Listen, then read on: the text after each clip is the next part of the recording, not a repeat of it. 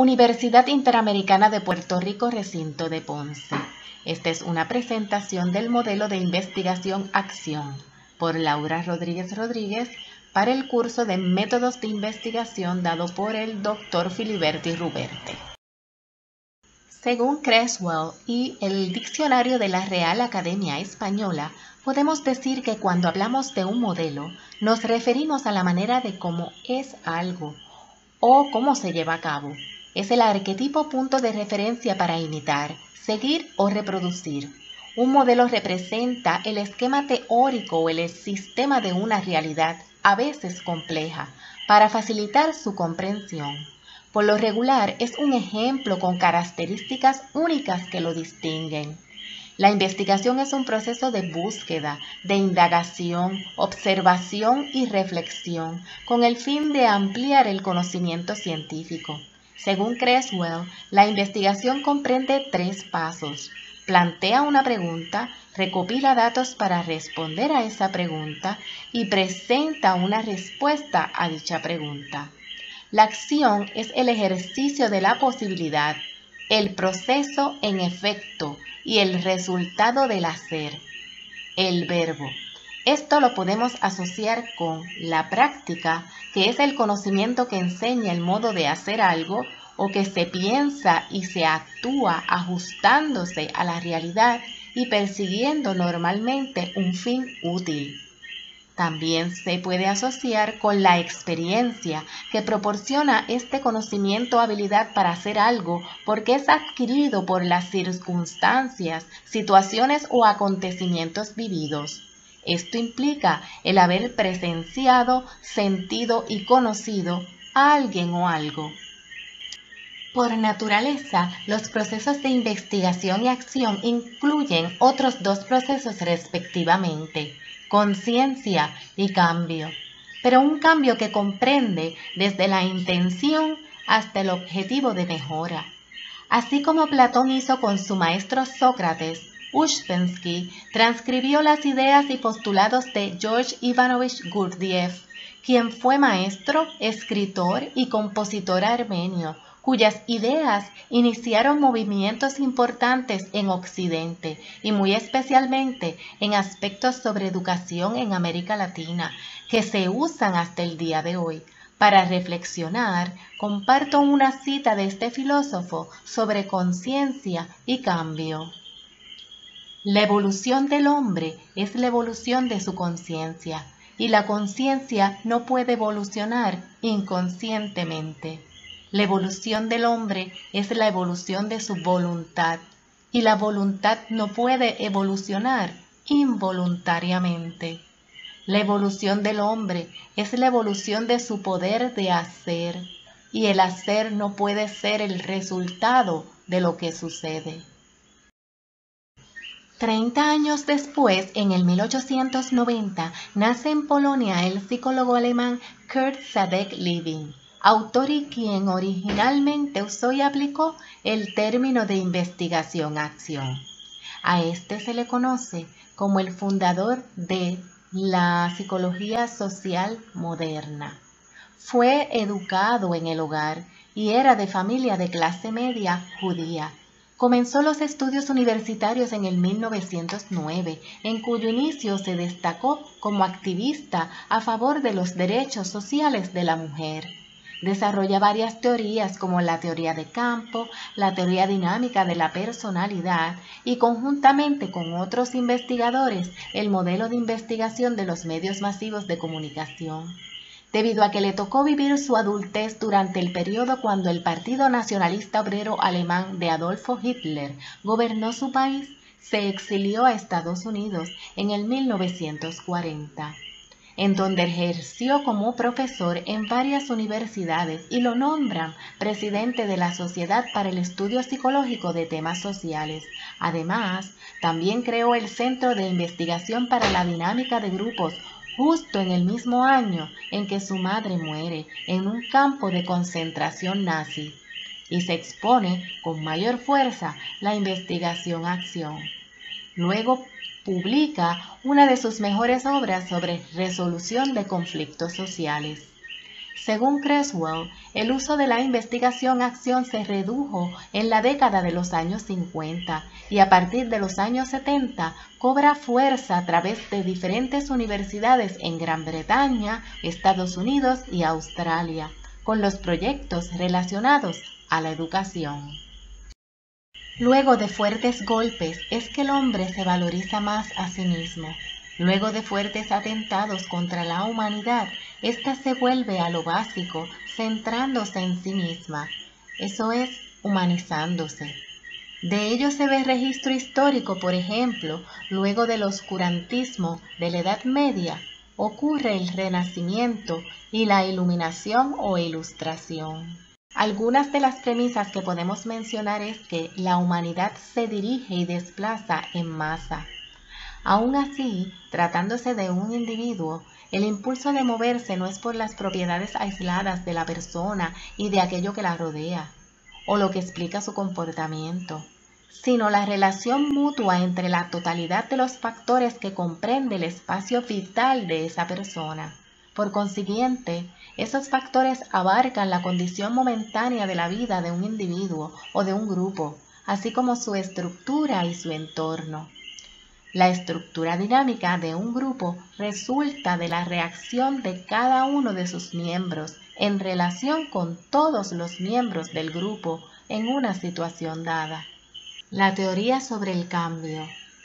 Cuando el individuo tiene que sentirse en una situación que le provoque ese cambio, mientras se encuentre en una zona que pueda soportar y que sienta un estado de conformidad, no se registrará acción de cambio, transformación o evolución. Kurzabek-Levin explica el cambio como un ciclo de 3 fases. La primera fase es donde ocurren los procesos que comprende la conciencia, entre ellos el reconocimiento y la identificación. El reconocimiento del espacio vital y psicológico y la identificación de las fuerzas de dirección y resistencia.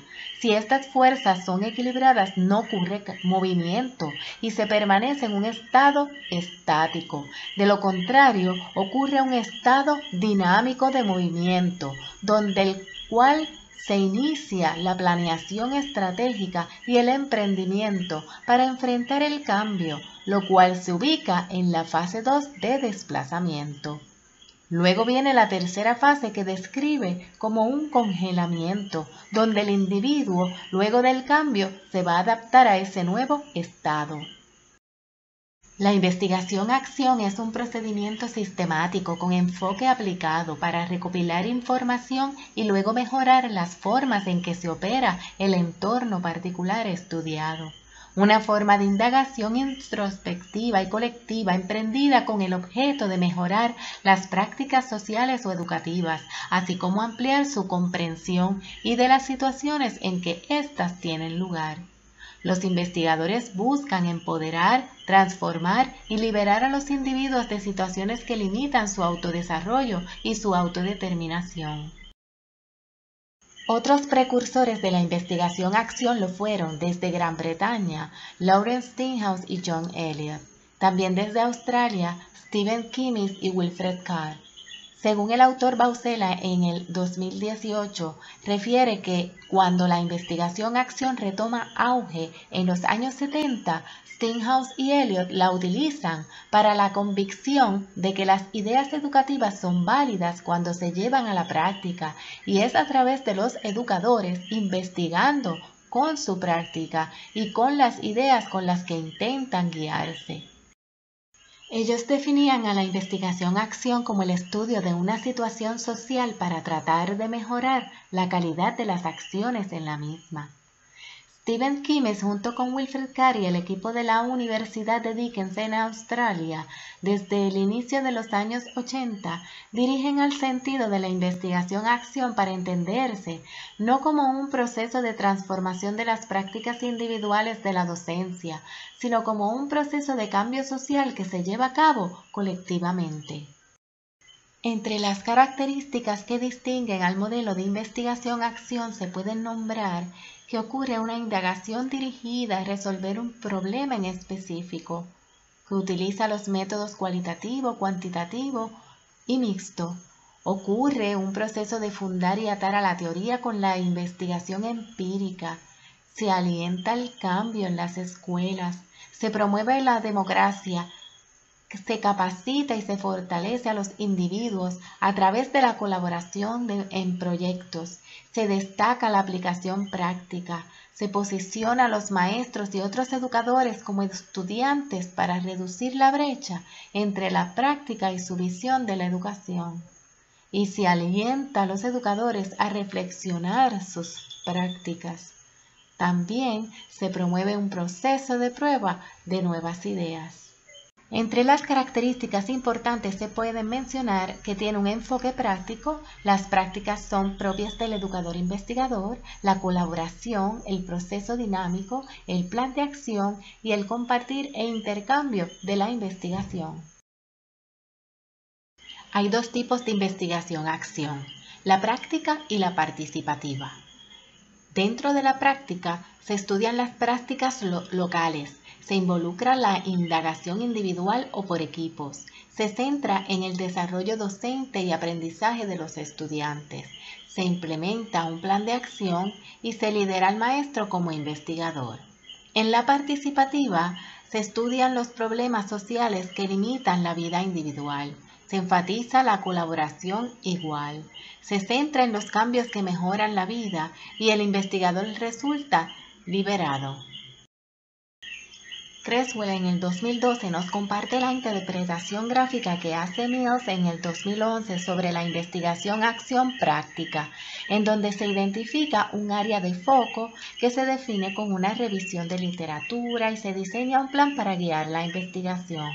Luego, se recolectan unos datos utilizando varios recursos y fuentes cuantitativas o cualitativas, utilizando diferentes herramientas como entrevistas, cuestionarios, y después se analizan e interpretan esos datos. Esto implica identificar temas, codificar encuestas, entrevistas, los mismos cuestionarios, identificando lo más importante, realizando mapas conceptuales y analizando antecedentes y consecuencias. Y se desarrolla luego un plan de acción haciendo el resumen de los resultados, las recomendaciones, el detalle de cómo se lleva a cabo el proceso, manejo de los datos y la investigación en general. También Creswell nos comparte el modelo titulado Investigación-Acción Interactiva en Espiral de Stringer 2007. En él se puede identificar las tres actividades más importantes que son observar, analizar y actuar, el cual lo hace un poco parecido al ciclo de William Edwards Deming sobre la mejora continua, con los pasos de planificar, hacer, verificar y actuar. Sobre las técnicas y las destrezas del investigador, Creswell las divide en tres dimensiones. Una sobre la experimentación, donde se examina y se observa usando notas de campo y haciendo archivos. Otra dimensión es la que implica indagación, cuando el investigador pregunta a través de entrevista informal o formal, cuestionarios, hace escalas de actitud como la Likert y pruebas estandarizadas. Y finalmente, la concerniente a examinar, que hace uso y realiza registros, documentos de archivos, revistas, mapas, audios, artefactos y también notas de campo. En uso principal, la investigación-acción se utiliza en los procesos de transformación para mejores prácticas en un entorno social o educativo. Se utiliza también como alternativa en los métodos de investigación cualitativa y en los entornos académicos para resolver problemas específicos, como por ejemplo en los currículos de enseñanza, para el desarrollo de personal, el de los docentes como profesionales y para abordar los problemas de la escuela. En la investigación-acción, Creswell identifica unas ventajas, que son el que fomenta el cambio en las escuelas y en las prácticas educativas, promueve la democracia, capacita y fortalece a los individuos a través de la colaboración en proyectos, posiciona al docente y otros educadores como estudiantes para reducir la brecha entre la práctica y su visión de la educación, Se alienta a reflexionar sobre sus prácticas, promueve un proceso de prueba de nuevas ideas y fomenta la colaboración entre los participantes de la escuela, la comunidad y los investigadores. La investigación-acción también suele tener unas limitaciones y Creswell identifica el juicio que se hace sobre el enfoque poco científico, ya que mayormente se realiza con docentes que no necesariamente son investigadores formales. Otra limitación es la tendencia de no utilizar los medios formales o adecuados para informar sobre los resultados de la investigación.